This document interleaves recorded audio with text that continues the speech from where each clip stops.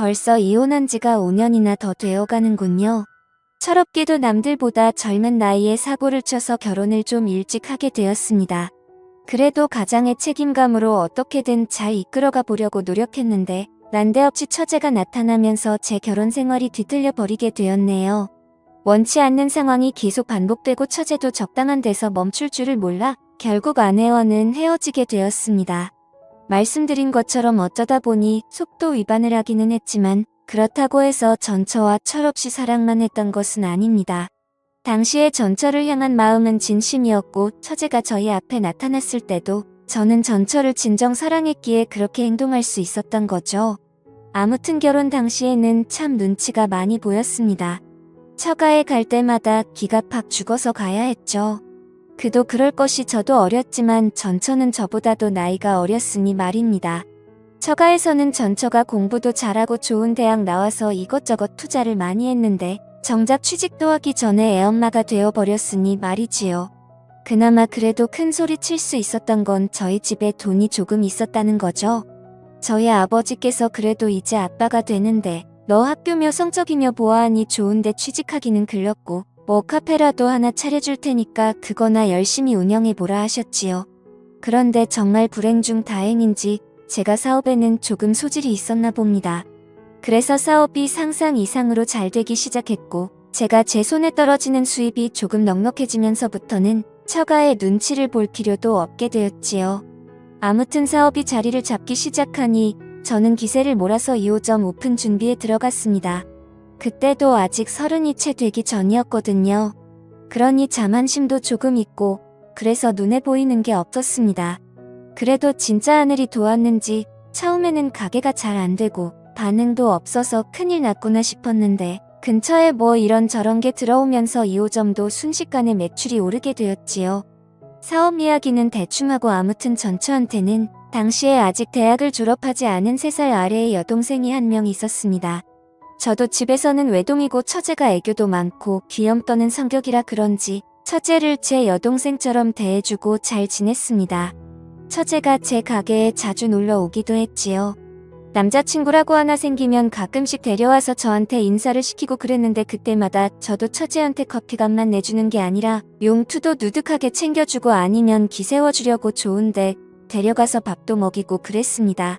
전처는 취직을 하고 싶어 했지만 애 때문에 하는 수 없이 전업주부가 되었지요.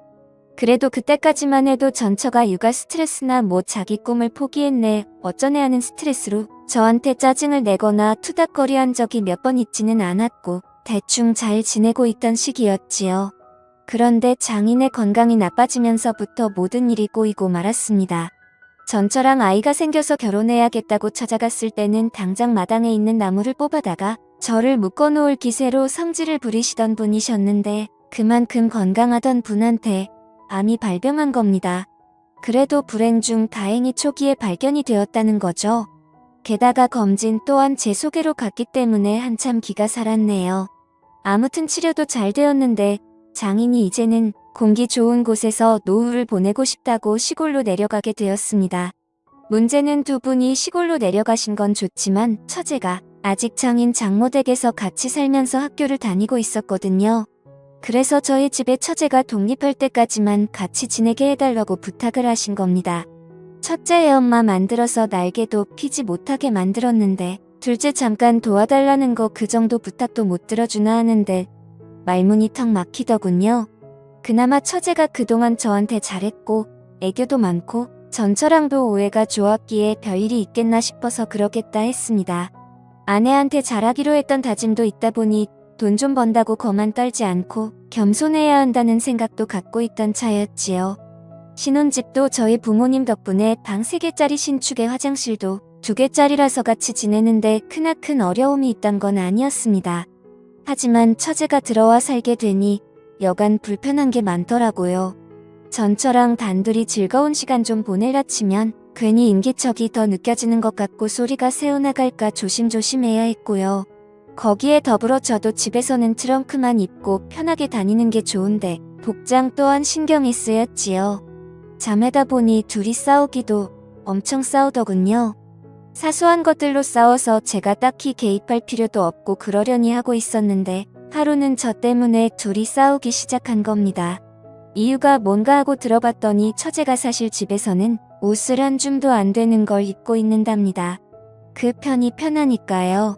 저도 이해가 되는 게 저 역시 집에서는 편하게 입고 있는 게 좋다는 주의였으니까요.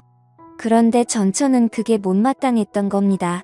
저는 사실 처제를 딱히 여자로 의식하거나 그런 것도 아니었고 오히려 외동인 저한테는 애교 많은 여동생 같은 느낌이었거든요. 하지만 전처는 그렇게 생각하지 않았던 거죠. 아무리 그래도 그렇지 아직 혈기왕성한 나이의 형부가 집에 있는데 어떻게 그런 옷 같지도 않은 옷으로 겨우 가리고만 있을 생각을 하냐고 싸우고 있더라고요. 저는 뭘 입은 들었더냐며 처제 편을 들어줬지요.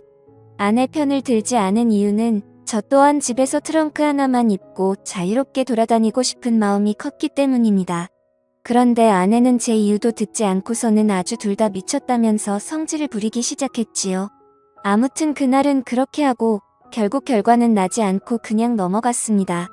당연히 복장도 처제나 저나 둘 다 조심할 수밖에 없었지요.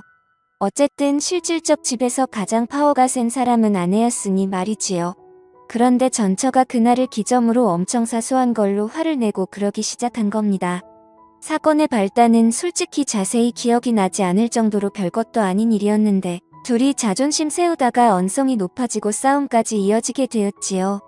그러다 보니 저도 열이 받아서 그랬나 방문을 부서질 기세로 쾅 하고 닫고는 그 길로 핸드폰만 들고 집 밖으로 뛰쳐나가 버렸습니다. 집 근처에 있는 편의점에서 혼자 소주랑 맥주랑 섞어서 마시면서 기분을 풀고 있는데 처제한테서 전화가 한 통 오더군요. 무슨 일로 전화를 했나 받아봤더니 처제가 열받은 아내도 자기한테 아이를 맡기고 나갔다고 하는 겁니다. 집안 분위기 때문에 처제가 아이 좀 대신 케어를 해주려고 했는데 아무리 해도 오름을 그치지 않아서 전화를 한 거라고 하더군요. 아내는 전화를 안 받는다고 하고요. 아내는 아무래도 집에 안 돌아올 분위기라고 생각해서 저도 그럼 술이나 진탕 마시자 하고는 편의점에 있는 술이란 술은 전부 싹 다 사가지고 집으로 갔습니다.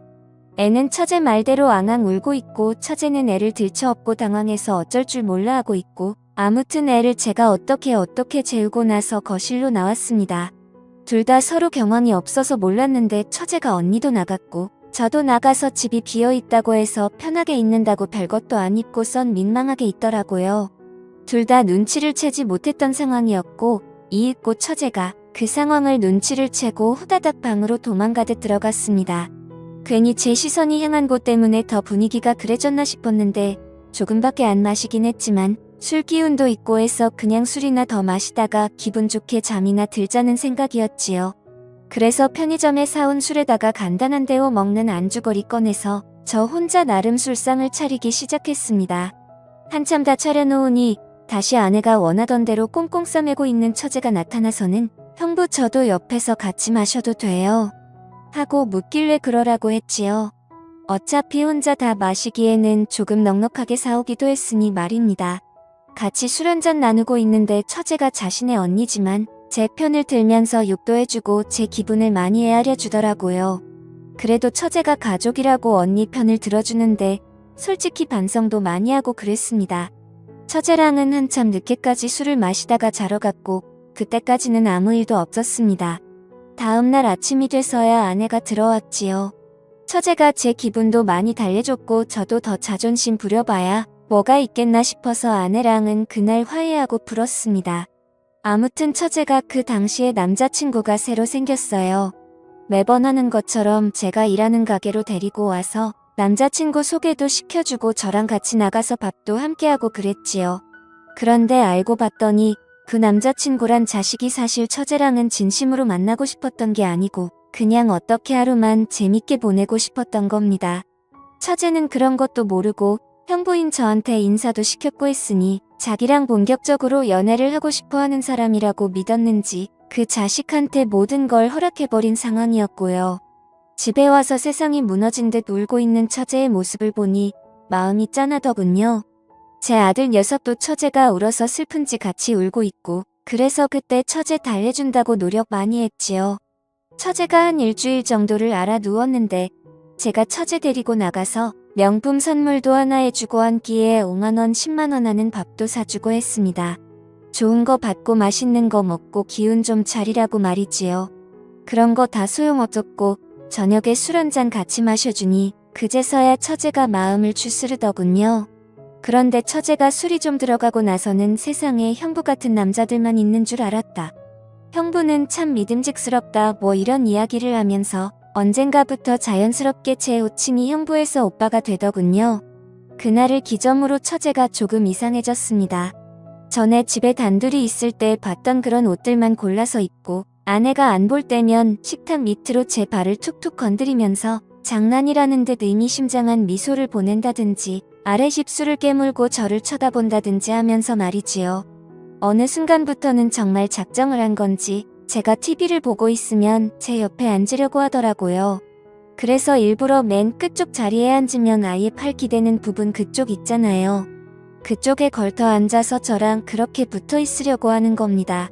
하다 안 되겠다 싶어서 처제한테 시간 좀 내달라고 한 다음에 처제한테 왜 그러냐고 단도직입적으로 물어봤습니다.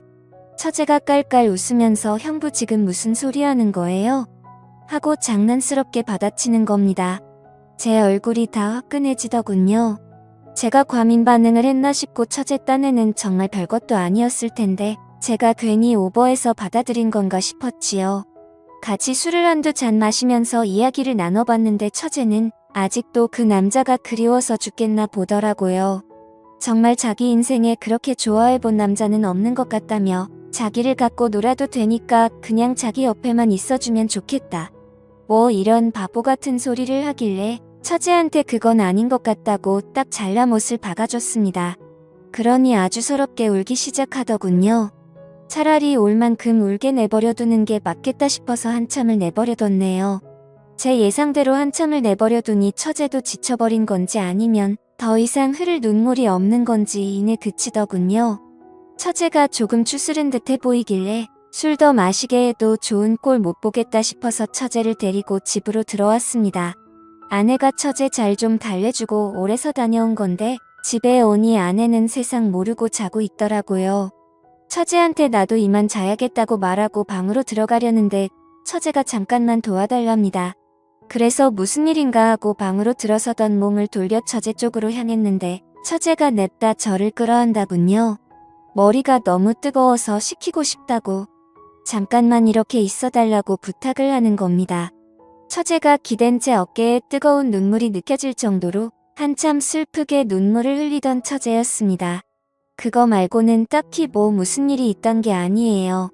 한참을 둘이 아무 말도 없이 그렇게 끌어안은 상태로 서 있었지요.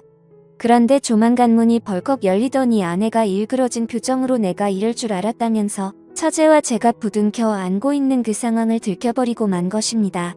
하늘에 맹세코 아무 일도 없었는데 아내는 막무가내로 나오더군요.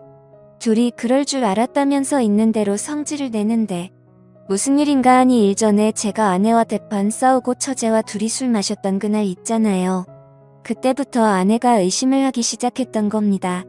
제가 사실 집에서 술을 마시는 법이 없는데 그날따라 집에 빈 술병이 한두 병이 아니었으니 말이지요.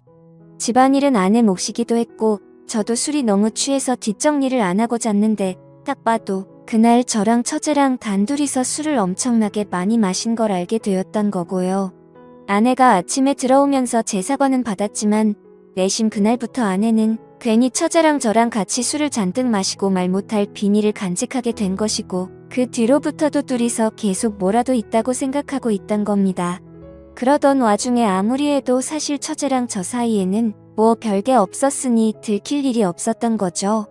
그래서 잘 넘어가는가 했는데 한동안 처제가 그 남자한테 차이고 저한테 끼를 부리거나 이상한 행동을 했던 적이 있지 않다 했잖아요. 그때 아내가 다시금 그동안은 들킬 걸 우려해서 저희가 조심했던 거고 아내 딴에는 이제 시간이 좀 지났으니 괜찮겠지 싶어서 다시 자기를 두고 처제랑 제가 붙어먹고 기만을 하고 있었던 거라 생각했나 봅니다. 그러던 와중에 또 좀처럼 빈틈이 없다가 이번에 아내가 먼저 저한테 처제 좀 달래주고 오라 그렇게 함정을 파놓고 자는 척을 하면서 기다리고 있던 겁니다. 자기가 집에서 자고 있으면 저랑 처제랑 그 자리에서 뭐라도 할 줄 알았나 봅니다.